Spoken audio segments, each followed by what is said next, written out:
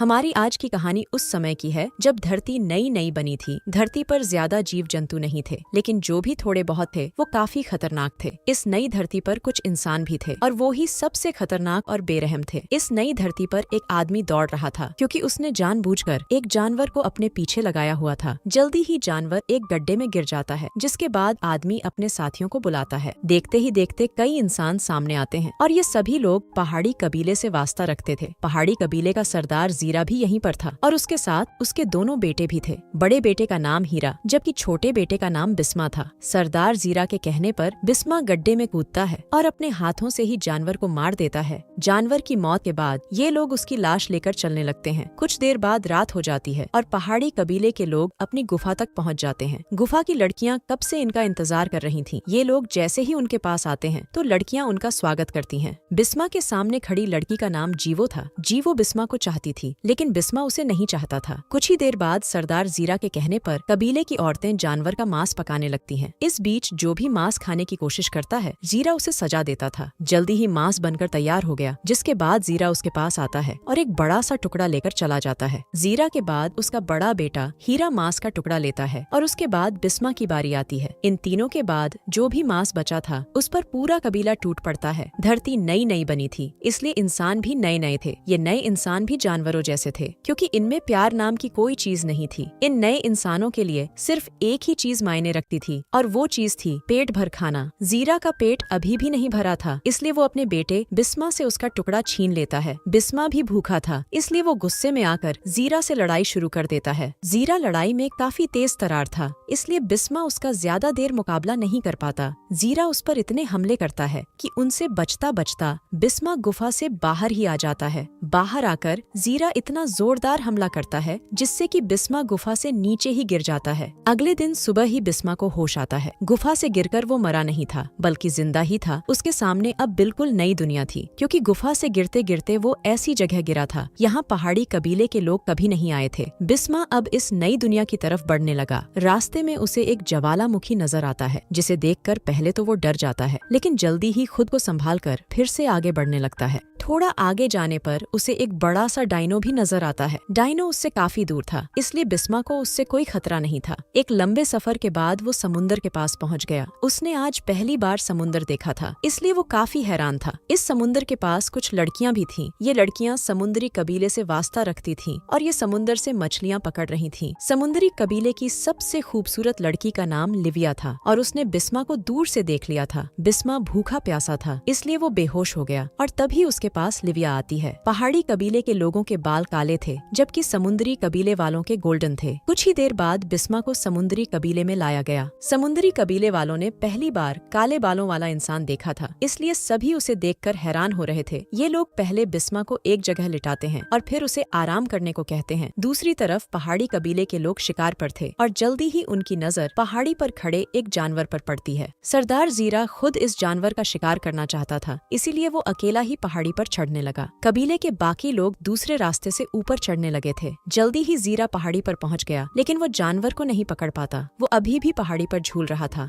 और इसी बीच हीरा की नजर उस पर पड़ती है। हीरा जल्दी जल्दी उसके पास आकर उसे पहाड़ी से नीचे गिरा देता है। हीरा सरदार बनना चाहता था, इसलिए उसने जीरा को पहाड़ी से नीचे गिराया था। कबीले वालों को लगा कि सरदार मर चुका है, इसलिए वो सभी हीरा की सरदारी कबूल कर लेते हैं। उधर बिस्मा को होश आ गया था, जिसके बाद वो समुद्री कबीले के लोगों को देखने लगा। बिस्मा देखता है कि कबीले में सभी लोग अपना अपना काम कर रहे हैं। आदमी हथियार बना रहे थे, जबकि औरतें जानवरों की खाल से कपड़े तैयार कर रही थीं। बिस्मा को होश में देखकर लिविया उसके लिए खाना लाती है। बिस्मा भूख से परेशान था, इसलिए वो खाने पर जानवरों की तरह टूटता है। खाना खाने के बाद वो फिर से आराम करने लगा। कुछ देर बाद रात हो जाती है। पहाड़ी कबीले को आज नया सरदार मिला था, इसलिए वो सभी जश्न मना रहे थे, मगर उनका जश्न ज्यादा देर नहीं चलता, क्योंकि जख्मी जीरा गुफा में आ जाता है। पहाड़ी से नीचे गिरकर जीरा मरा नहीं था, बल्कि सिर्फ जख्मी हुआ था। अगले दिन जब बिस्मा नींद से जागता है तो उसे अपने आसपास कोई नजर नहीं आता। वो उठकर कबीले का सामान देखने लगा। समुद्री कबीले के लोग पहाड़ी कबीले वालों से काफी आगे थे, इसलिए बिस्मा इनकी हर चीज देखकर हैरान हो रहा था। समुद्री कबीला प्यार से रहता था, जबकि पहाड़ी कबीले वालों को प्यार नाम की चीज का पता ही नहीं था। सामान देखने के बाद जब बिस्मा बाहर आता है तो वो देखता है कि सभी लोग काम कर रहे हैं। एक आदमी बिस्मा के पास आकर उसे हथियार चलाने की ट्रेनिंग देने लगा। इसी बीच लिविया भी उसके पास आ जाती है। वो पहले उसे खुद का नाम बताती है और फिर उससे उसका नाम पूछती है। बिस्मा को नाम बताने के बाद वो उसे कबीला दिखाने लगी। कबीला देखकर बिस्मा काफी खुश हो गया क्योंकि समुद्री कबीला काफी खूबसूरत था। बिस्मा को कबीला दिखाने के बाद लिविया उसे मछली पकड़ना भी सिखाती है। बिस्मा ने कभी मछली नहीं पकड़ी थी, इसलिए काफी कोशिशों के बाद भी वो मछली नहीं पकड़ पाता। इसी बीच एक डायनो कबीले पर हमला कर देता है। डायनो के हमले के कारण पूरा कबीला डर गया था। कबीले के आदमी गुफा में छुपने लगे, जबकि बिस्मा अकेला ही डायनो का मुकाबला करने लगा। उसके पास एक ही हथियार था और वो उसी से डायनो का मुकाबला कर रहा था। उसका हथियार जब डायनो को नहीं मार पाता तो वो एक लकड़ी का टुकड़ा उठाता है और उसी से ही डायनो को मार देता है। बिस्मा की बहादुरी देखकर पूरा कबीला हैरान हो गया। लिविया को तो वो पहले से ही पसंद था और आज उसने उसका दिल भी जीत लिया था। पूरे कबीले को पता चल गया था कि लिविया बिस्मा को चाहने लगी है। कुछ देर बाद बिस्मा गुफा में था और इसी बीच उसके पास एक आदमी आता है। ये आदमी भी लिविया को चाहता था, इसीलिए वो साला बिस्मा से जल रहा था। वो बिस्मा को मारने लगा और बिस्मा भी उसका मुकाबला करने लगा। इसी बीच जब कबीले के लोग अंदर आते हैं तो साला आदमी उनसे झूठ बोलता है कि बिस्मा हथियार चुरा रहा था। कबीले का सरदार उसकी बात मान जाता है और बिस्मा को कबीले से बाहर निकाल देता है। लिविया को बिस्मा पर पूरा यकीन था, इसलिए वो भी अपना कबीला छोड़ देती है और बिस्मा के साथ चल पड़ती है। लिविया ने फैसला कर लिया था कि वो वहीं जाएगी, यहाँ बिस्मा जाएगा। दोनों लगातार आगे बढ़ रहे थे और एक लंबे सफर के बाद इन दोनों की नजर एक डायनो पर पड़ती है।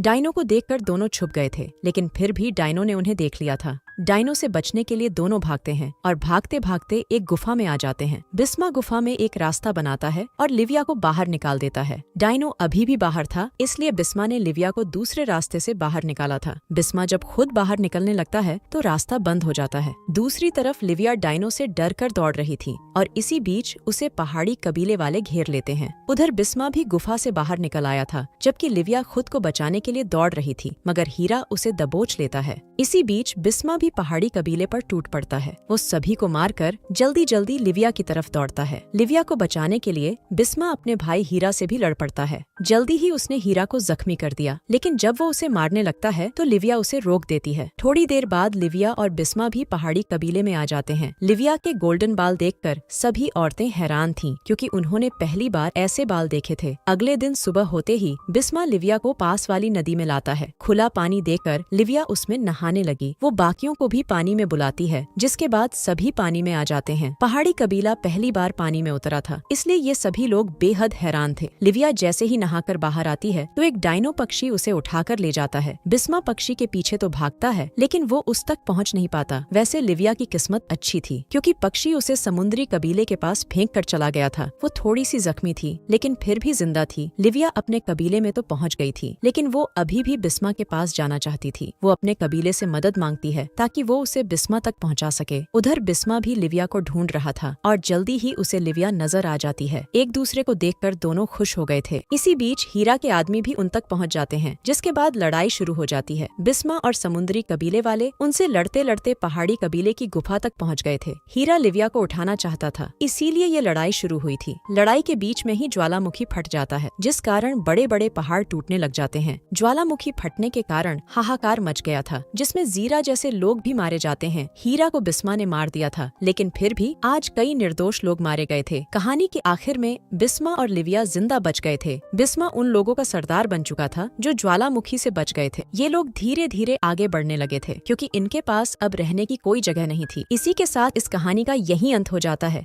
हमारी वीडियो देखने के लिए बहुत बहुत धन्यवाद।